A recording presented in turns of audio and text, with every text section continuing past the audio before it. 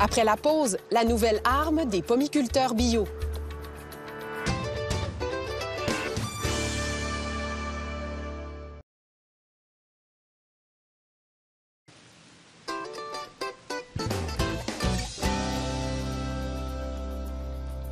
C'est le fruit le plus consommé au Canada, la pomme. Et depuis quelques années, la demande pour la pomme bio connaît une forte croissance.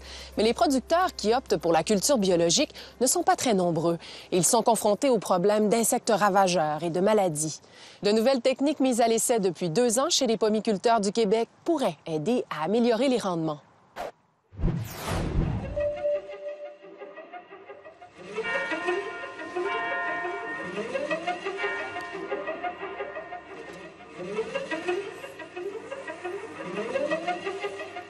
Ce qui se trame sous ces grands voiles blancs pourrait révolutionner la culture de la pomme au Québec. Il y a une punaise d'herbe sur cette pomme.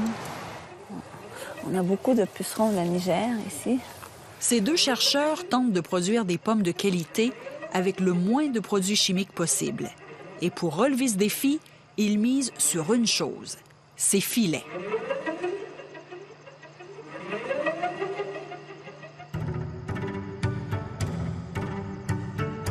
Cultiver des pommes, ce n'est pas aussi simple que ça en a l'air. Au Québec, il faut se battre contre une vingtaine d'insectes ravageurs et plusieurs maladies. Dans les vergers conventionnels, les armes chimiques, les pesticides et fongicides limitent les dégâts et les pertes. La culture de pommes est une culture très polluante et peut-être la culture la plus polluante après le maïs. Surtout que dans un verger, les pommiers sont là pour toujours. Donc, ce qu'on applique, ça reste dans le verger. Et donc, c'est pour ça que c'est un grand défi de faire la pomiculture biologique aussi.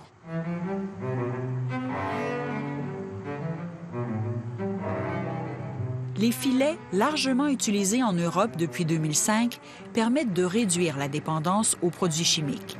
En Suisse, par exemple, des vergers biologiques entiers sont protégés par des filets qui barrent la route aux ravageurs.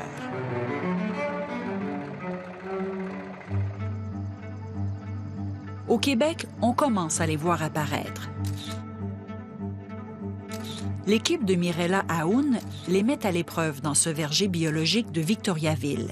Ici, les arbres sont de taille standard. Les rangs de pommiers dénudés, qui servent de rangs témoins, sont traités avec des insecticides biologiques. Les rangs protégés par les filets, eux, ne sont pas pulvérisés. Les essais sont faits avec la variété Cortland. C'est une variété qui est assez connue au Québec, cultivée par le producteur. C'est une variété qui est sensible aux maladies et sensible aux différents complexes de ravageurs qu'on trouve au Québec.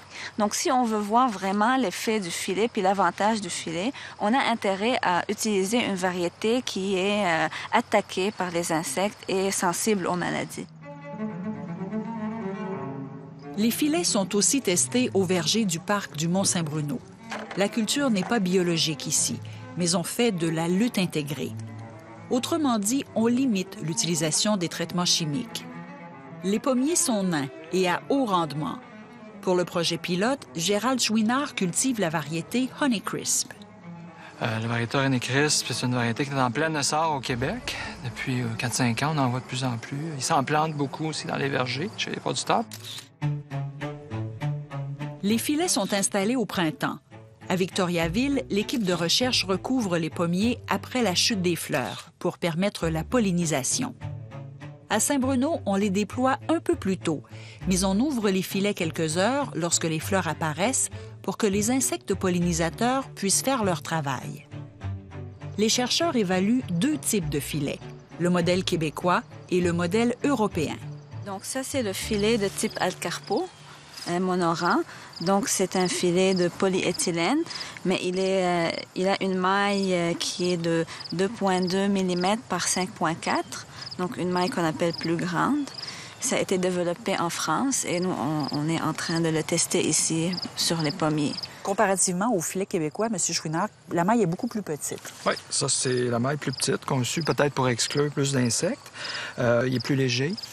Et étant donné que la maille est plus serrée, c'est important qu'il soit plus léger par unité de surface pour que finalement, quand il est installé sur le pommier, ça n'impose pas une charge trop grande pour le pommier. Donc ici, on a du tétranique. L'évolution des cultures est suivie à la loupe tout l'été, dans les rangs témoins et dans les rangs protégés par les filets. Les chercheurs surveillent notamment les grands ennemis du pommier, les insectes ravageurs.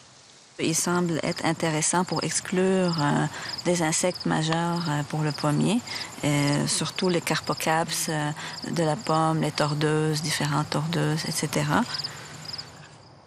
À Saint-Bruno, les filets à mailles serrées offrent une protection contre une gamme d'insectes encore plus grande. Ça empêche l'entrée du charançon de la prune, de la mouche de la pomme, du carpocaps, de la punaise terne. Mais quelque chose ne va pas dans le verger biologique de Victoriaville. Les pommiers sous filet sont envahis par les pucerons.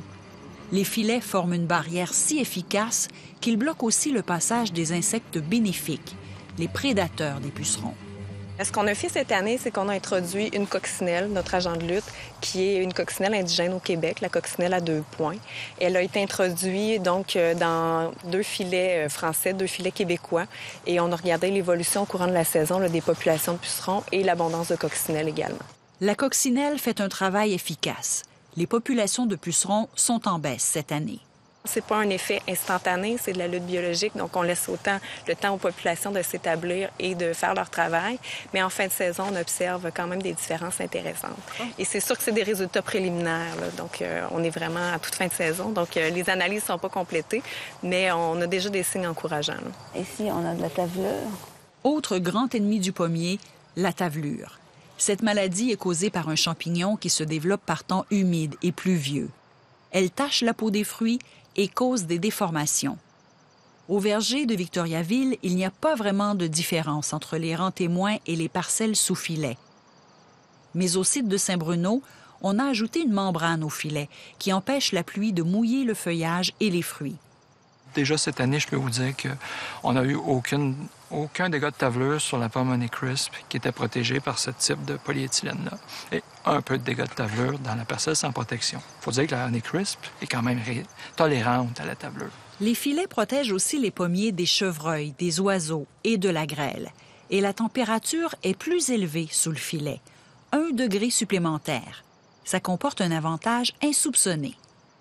Un problème qui affecte beaucoup de pommes cette année, c'est des dégâts de gel. Donc, ces pommes-là ont été produites sans filet. Du côté de nos parcelles avec filet, on a remarqué qu'il n'y avait presque pas de ces dégâts de gel.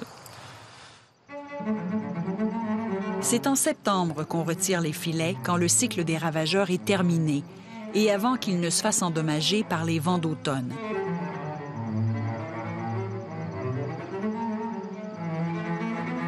Dans le verger de Victoriaville, les filets sont gigantesques et la tâche est laborieuse.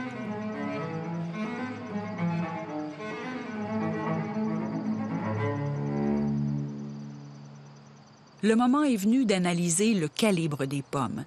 La grosseur est bonne et les fruits sont abondants. Mais ce qui frappe surtout Mirella Aoun, c'est la qualité des pommes. On remarque qu'on a plus de pommes de qualité sous filet que dans le témoin.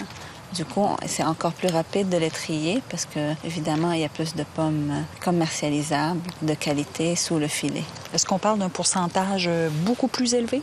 On a le double qu'on obtient sous le filet que dans le rang témoin.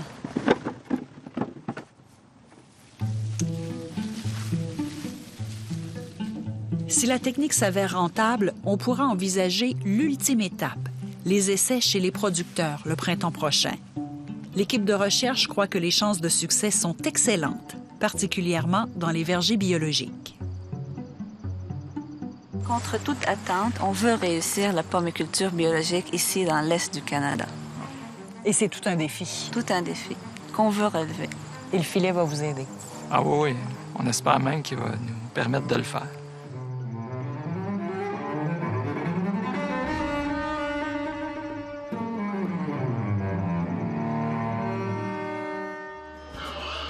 Après la pause, 2 éleveurs de porcs décident de brasser la cage.